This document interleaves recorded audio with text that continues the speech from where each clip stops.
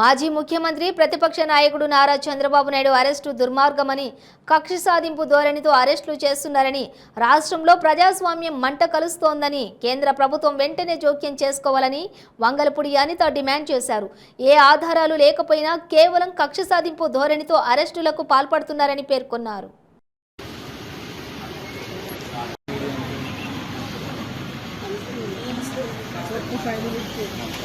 మా గేట్లు వేయడానికి మీకే అధికారం, ఏ విషయం చెప్పండి. ఏం ప్రోగ్రామ్? నేను జగనన్నకి చెప్పడానికి వెళ్తున్నాను.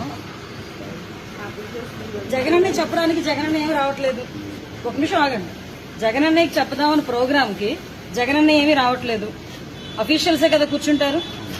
అంటే ఒకసారి ఫోన్ పట్టుకోండి. కలెక్టరు అంతేనా, ఎంఆర్ఓలు వీళ్ళే కదా కూర్చుంటారు. సో నేను ఎంత తప్పేంటి? కలెక్టర్ దగ్గరికి వెళ్ళకూడదా? సో పదండి, మీరు కూడా బాధపడండి.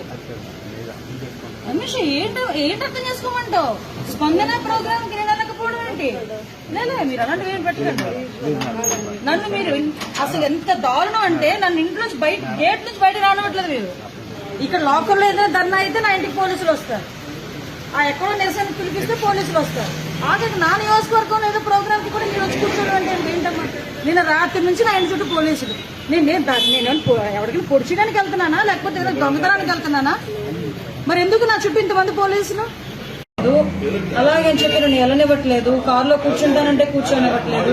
తీరా నేను వెళ్ళేది దేనికి అంటే, పాయకరపేట నియోజకవర్గంలో ఎస్రాయవరం మండలంలోకి కలెక్టర్ గారు వస్తున్నారు స్పందన కార్యక్రమానికి. ఆ స్పందన కార్యక్రమానికి కూడా నన్ను వెళ్ళనివ్వకుండా, వెళ్ళకూడదు అక్కడికి వచ్చి మీరు గొడవ చేస్తారని మేము ముందుగా మిమ్మల్ని అరెస్ట్ చేస్తున్నాం అంటున్నారు. నేనేమైనా అన్ఎడ్యుకేటెడ్ నా? కలెక్టర్ గారి దగ్గరికి వెళ్ళి రిప్రజెంటేషన్ ఇచ్చి గొడవ చేస్తానా? నేనేమైనా రిప్రజెంటేషన్ ఇవ్వడానికే నేను వెళ్తున్నాను. ఎట్టి పరిస్థితుల్లోనే ఏమి చెయ్యను అని చెప్పి వాళ్ళని బతిమాలుకుంటున్నా కూడా పోలీసులను వదలట్లే.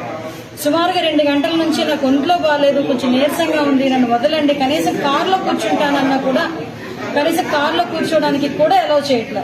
ఇంతకీ విషయం ఏంటంటే, ఈ రాష్ట్రంలో జగనన్నకి చెబుదామని చెప్పి స్పందన కార్యక్రమాన్ని ఏర్పాటు చేశారు.